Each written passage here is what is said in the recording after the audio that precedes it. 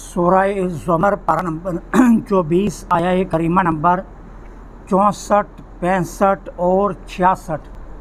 نحمدہ ونصلی ونسلم علی رسولہ الکریم، اما بعد، فاعوذ باللہ من الشیطان الرجیم، بسم اللہ الرحمن الرحیم۔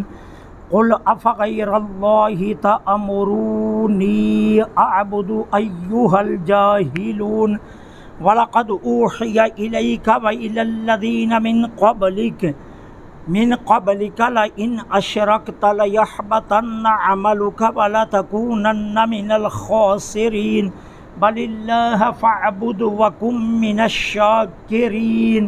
صدق اللہ العظیم۔ قل، آپ کہہ دیجئے، افغیر اللہ تأمرونی اعبد ایہا الجاہلون، ہے جاہلو، کیا تم مجھے طاقت کے ذریعے غیر اللہ کی عبادت کا حکم دیتے ہو؟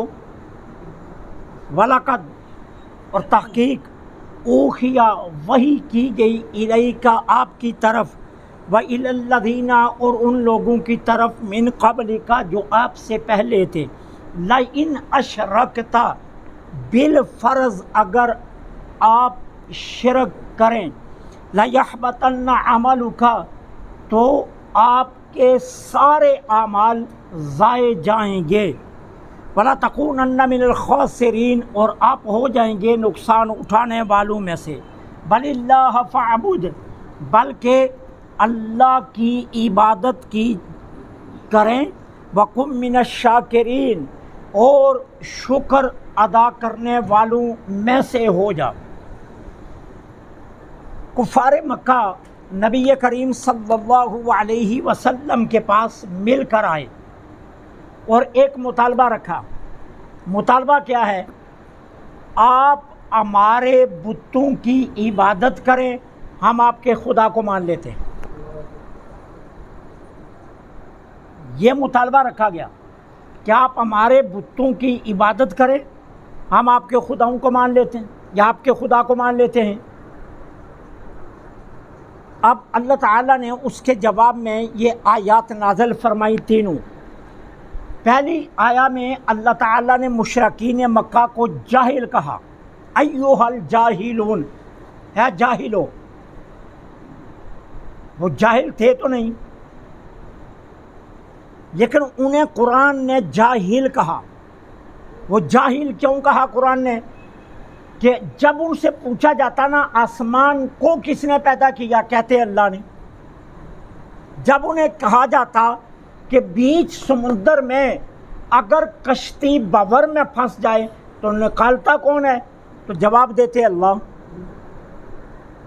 اگر ان سے پوچھا جائے کہ زمین کے اندر سے خزائن کون نکالتا ہے تو کہتے اللہ۔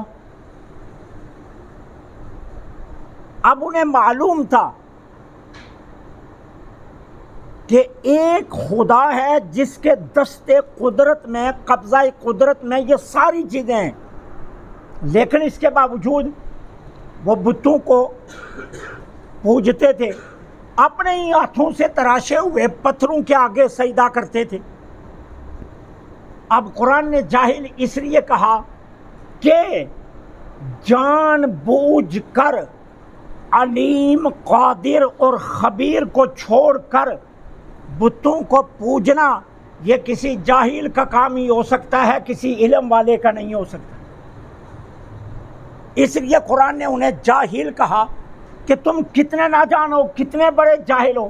ایک طرف مانتے ہو آسمانوں کا مالک اللہ، مانتے ہو خزائن کا مالک اللہ ہے، مانتے ہو کہ تخلیق کا مالک اللہ ہے، اور اس کے باوجود بتوں کی پوجا کرتے ہو۔ تو ایسی حرکت صرف جاہل کر سکتا ہے، پڑھا لکھا نہیں کر سکتا۔ اب اس کے بعد کیا آیا؟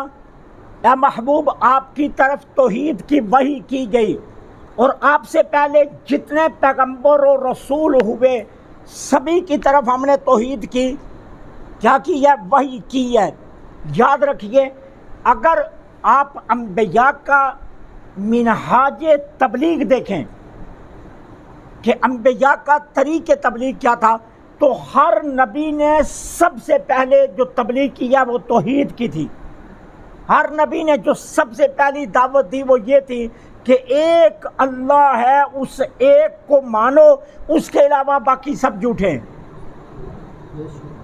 ہر نبی کی توحید کا، ہر نبی کی تبلیغ کا منہاج توحید تھا.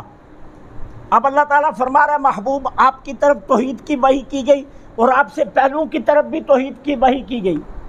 اگر بالفرض یہاں اگر آپ عربی لغت سے آشنا ہونا تو بڑے لطف کی بات ہے.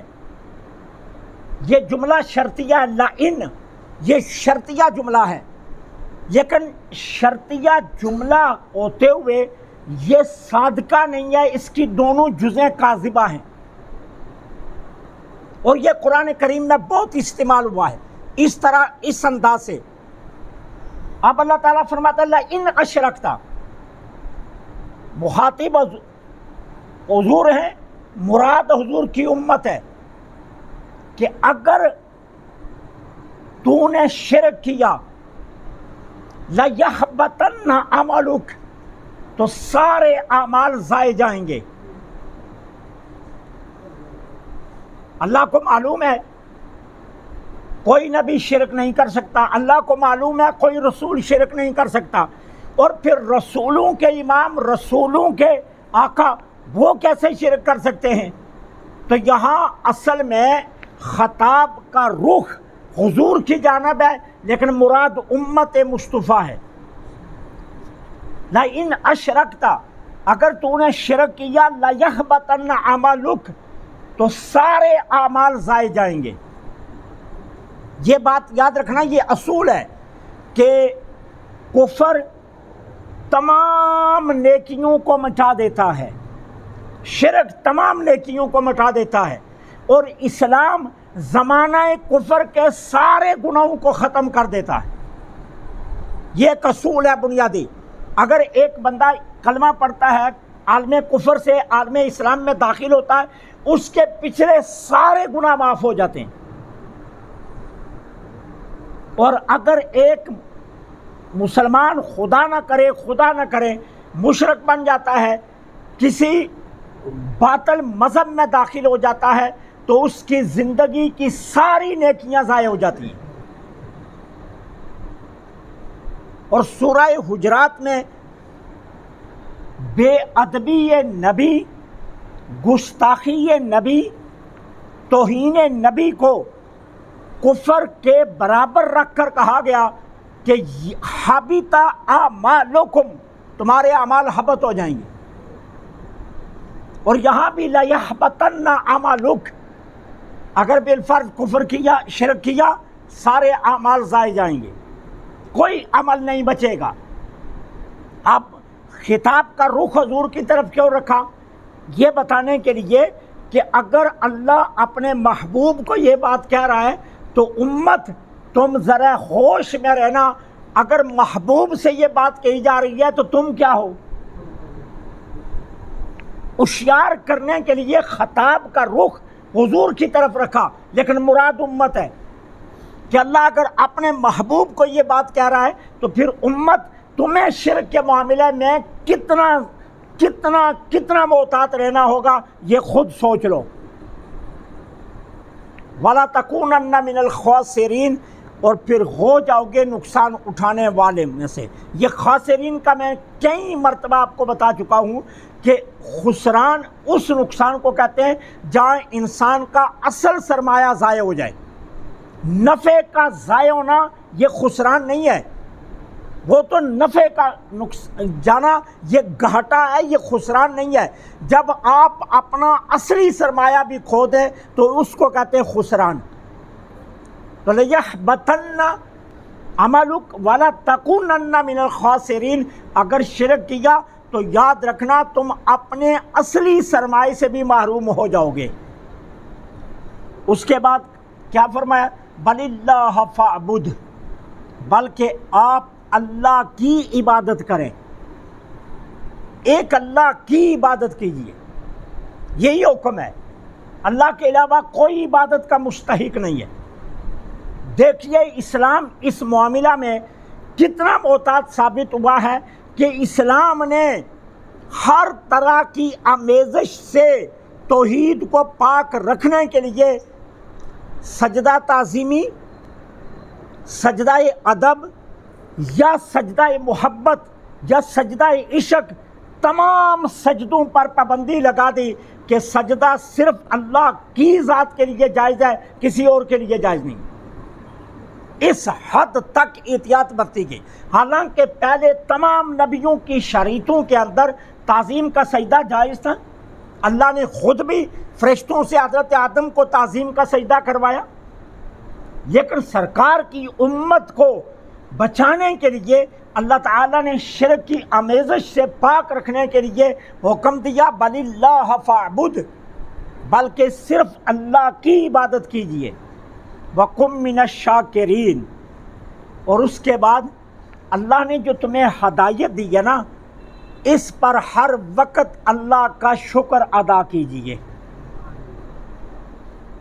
نماز پڑھ کر نماز کے بعد اترانا مت، نماز کے بعد اللہ کا شکر ادا کرنا۔ شکر ادا کرو کہ میں کتنا خوش بخت ہوں، میں نے 4 رکعتوں میں 8 مرتبہ اپنے رب کے قدمین قدرت میں اپنا سر رکھا۔ مجھ سے زیادہ فخر والا کون ہے؟ مجھ سے زیادہ بلند کون ہے؟ کہ انسان جب سجدے میں جاتا ہے تو حدیث پاک میں آتا ہے کہ انسان بالکل یہ ہے جیسے اس نے اللہ کے قدموں میں اپنا سر رکھا ہے۔ تو کتنے اعزاز کی بات ہے، کتنے فخر کی بات ہے۔ لیکن اس پر اترانا مت، شکر ادا کرنا کہ اس نے تمہیں چنا ہے نماز کے لیے۔ شکر ادا کرنا کہ اس نے تمہیں مسلمانوں کے گھر پیدا کیا۔ شکر ادا کرنا کہ اس نے تمہیں نیک اعمال کی توفیق دی ہے۔ اگر یہ توفیقیں چھین لیتا تو شاید آج تم بھی کہیں باہر بیٹھے ہوتے، کسی ڈھابے پر کہیں گپ شپ لگا رہے ہوتے، لوڈو کھیل رہے ہوتے، کسی دوستوں کے ساتھ گھوم رہے ہوتے، کسی پارک میں ہوتے یا کسی ہوٹل پر بیٹھے ہوئے، اذان تمہارے کانوں کے اوپر سے گزر جاتی۔ اگر تمہارے کان اذان کے انتظار میں ہیں تو اللہ کا شکر ادا کرو کہ یہ توفیق اس نے تمہیں دی ہے، ہدایت ملی ہے، تو اللہ کا شکر ادا کرو کہ اس نے تمہیں ہدایت عطا کی ہے۔ تو فرمایا بل اللہ فاعبد، بلکہ عبادت اللہ کی کیجیے، وقم من الشاکرین، اور شکر کرنے والوں میں سے ہو جائیے۔ یہی وجہ تھی کہ سرکار دو عالم صلی اللہ علیہ وسلم طویل ترین رات کی نماز پڑھتے تھے۔ اس قدر حضور قیام فرماتے، قدمین شریفین متبرکین متورم ہو جاتے، سوج جاتے۔ ام المومنین سیدہ عائشہ صدیقہ رضی اللہ تعالی عنہا فرماتی ہیں، میں نے عرض کیا حضور اللہ نے آپ کو معصوم پیدا کی، آپ اللہ کے محبوب ہیں، عرش کے مہمان ٹھہرے ہیں، آپ کو اتنی مشقت کی ضرورت کیوں پیش آ رہی ہے؟ تو حضور کیا فرماتے ہیں آگے سے، عائشہ تو کیا چاہتی ہے میں اللہ کا شکر گزار نہ کروں بندہ نہ؟ کیا میں اللہ کا شکر گزار بندہ نہ بنوں؟ اس نے عرش پر بلایا تو مجھے میرے اوپر کتنا بڑا شکر لازم آ گیا۔ اسی طرح جب بھی اللہ کسی نعمت کی فراوانی دیتا ہے نا، تو اس نعمت کی فراوانی میں کھونے سے پہلے یہ فیصلہ کر لیجئے کہ اللہ نے مجھ پر یہ کرم کیا، میرے اوپر شکر کی کتنی بڑی ذمہ داری ہو گئی ہے۔ دولت کی فراوانی آئی ہے تو مت سمجھیے اللہ مہربان ہے، یہ سمجھیے اللہ مجھ سے دیکھنا چاہتا ہے کہ میں شکر ادا کرتا ہوں یا نہیں۔ اللہ مجھے یہ دیکھنا چاہتا ہے۔ اب ہر لمحے شکر ادا کیجئے، صحت ملی ہے شکر ادا کیجئے، تندرستی ہے شکر ادا کیجئے، علم کی توفیق ہے تو شکر ادا کیجئے، سوجھ بوجھ ہدایت کی طرف آ گئی تو شکر ادا کیجئے، سوچیں اچھائی کی طرف آ گئی تو شکر ادا کیجئے کہ اس وقت میں اپنے رب کی نگاہ قدرت میں ہوں جو میری سوچوں کو بدل رہا ہے۔ تو بل اللہ فاعبد، بلکہ کیا کیجئے اللہ کی عبادت کیجئے، وقم من الشاکرین، اور شکر کرتے رہیے۔ یہ سب سے بڑا وظیفہ ہے شکر۔